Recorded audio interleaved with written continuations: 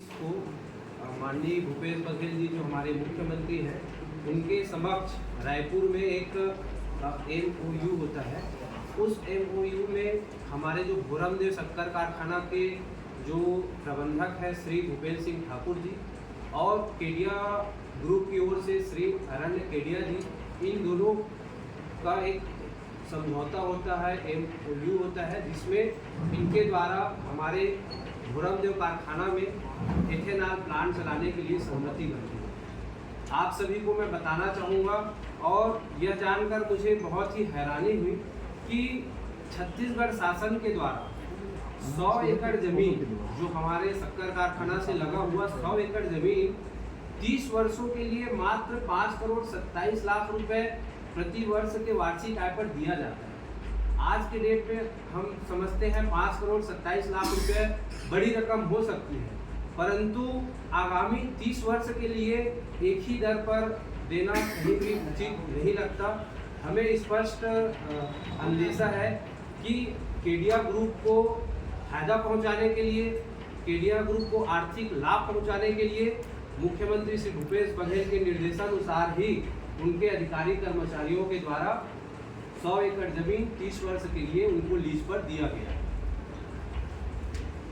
जब एग्रीमेंट होता है, MOU होता है, तो हम सबको बड़ी खुशी होती है।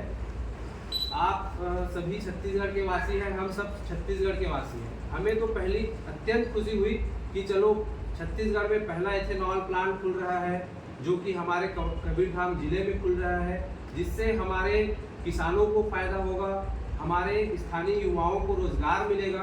परंतु विगत दिनों जो एक विज्ञप्ति जारी किया गया है, मैं आप सभी के समक्ष उसको रखना चाहूँगा।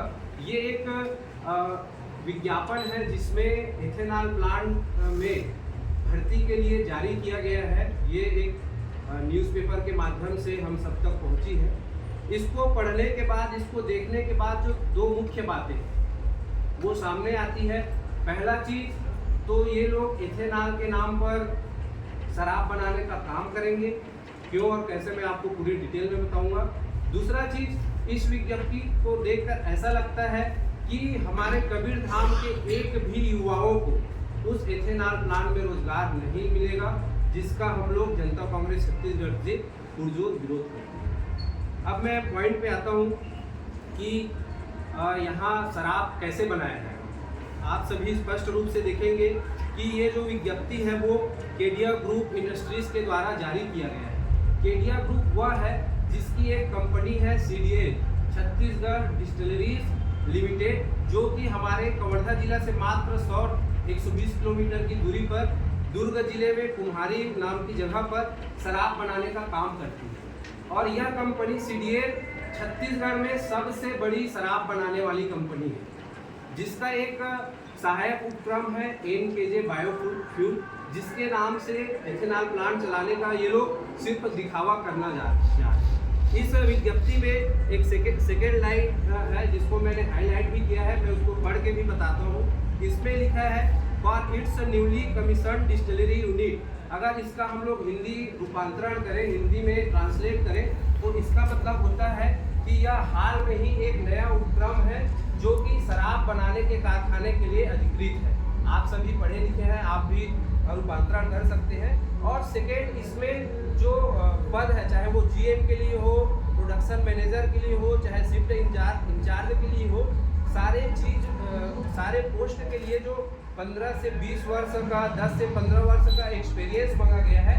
सारे एक्सपीरियंस में डिस्टिलरी कंपनी में काम करने का अनुभव मांगा गया है, जिसका मतलब है कि शराब के कारखाने में काम करने का अनुभव।